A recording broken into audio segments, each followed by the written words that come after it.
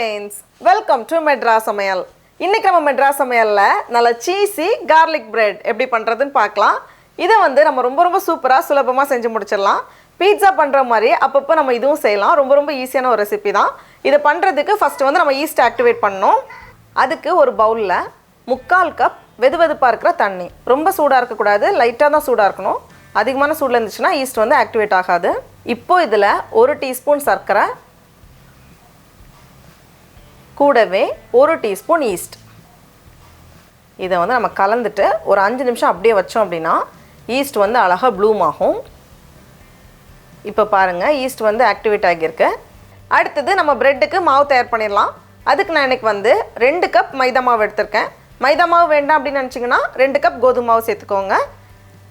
2 cup மைதா மாவு, இது வந்து 250 கிராம். கூடவே 1 டீஸ்பூன் உப்பு, 1 டேபிள் ஸ்பூன் எண்ணெய்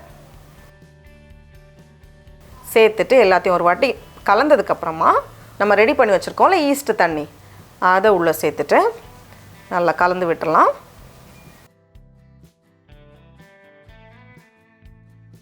இந்த மாதிரி ஒரு 5 நிமிஷம் பிசைஞ்சு வச்சுருக்கேன். இது மேலே வந்து கொஞ்சமாக எண்ணெய் தடவிட்டு மூடி வச்சிடலாம். 1லேருந்து 1.5 மணி நேரம் போல் அப்படியே இருக்கட்டும்.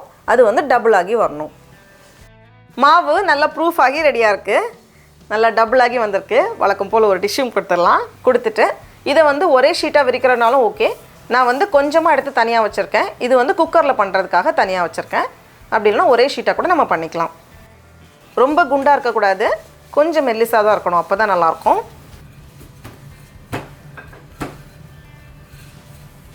ஒரே ஷீட்டாக பண்ணோம் அப்படின்னா நம்ம இந்த மாதிரி ஒரு பெரிய ட்ரே எடுத்துக்கலாம். நான் வந்து பாதியாக பண்ணுறதுனால கொஞ்சம் சின்ன சைஸ் எடுத்திருக்கேன்.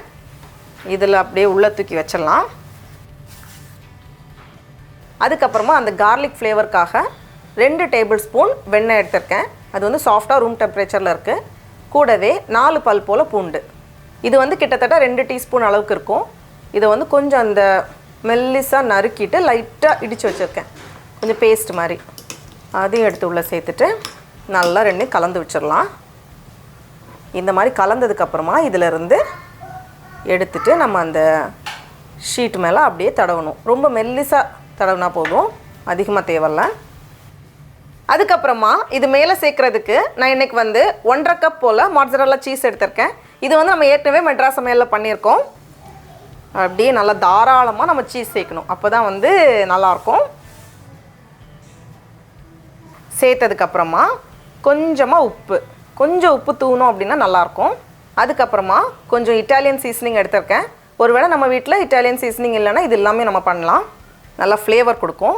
கூடவே கொஞ்சமாக மிளகு, நான் எல்லாத்துலேயும் கொஞ்சம் மிளகு சேர்ப்பேன், ஏன்னா எனக்கு அந்த மிளகு ஃப்ளேவரும் பிடிக்கும். கடைசியாக சில்லி ஃப்ளேக்ஸ். நான் வந்து 5 காஞ்ச மிளகாவை லைட்டாக பேனில் ரோஸ்ட் பண்ணி மிக்சியில் இந்த மாதிரி பவுடர் பண்ணியிருக்கேன். ரொம்ப பவுடராக இல்லாமல் அந்த பல்ஸ் மோடில் அரைச்சோம் அப்படின்னா அழகாக இந்த மாதிரி வந்துடும். அப்படியே அது மேலே கொஞ்சம் தூவிட்டு நம்ம அவனில் வச்சிட வேண்டியது தான், அவ்வளோதான். ரெடியாக இருக்குது. இப்போ இதை வந்து நம்ம அவனுக்குள்ளே வச்சிடலாம். சீஸ்லாம் நல்லா பபுள் ஆகிட்டுருக்கு. இப்போது ரெடியாக இருக்கும், நம்ம வந்து ஓப்பன் பண்ணிடலாம்.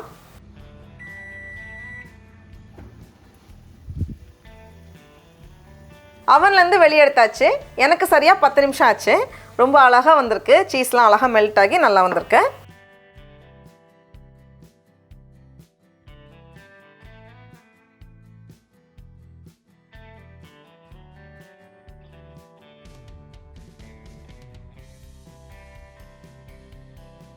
இதே மாதிரி இன்னொரு பேட்சை குக்கரில் பண்ணுறதுக்கு கீழே வந்து கொஞ்சம் உப்பு சேர்த்துக்கோங்க.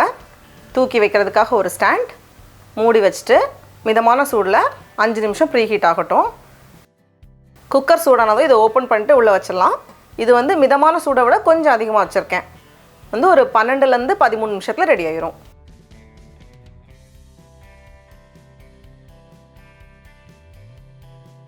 பாருங்கள் சீஸ் எல்லாம் உருகி ரொம்ப அழகாக வந்திருக்கு.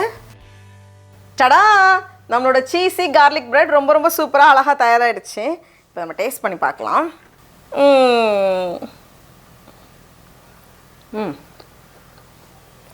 பிரெட்டெல்லாம் நல்லா வந்து ரொம்ப சூப்பராக இருக்குது.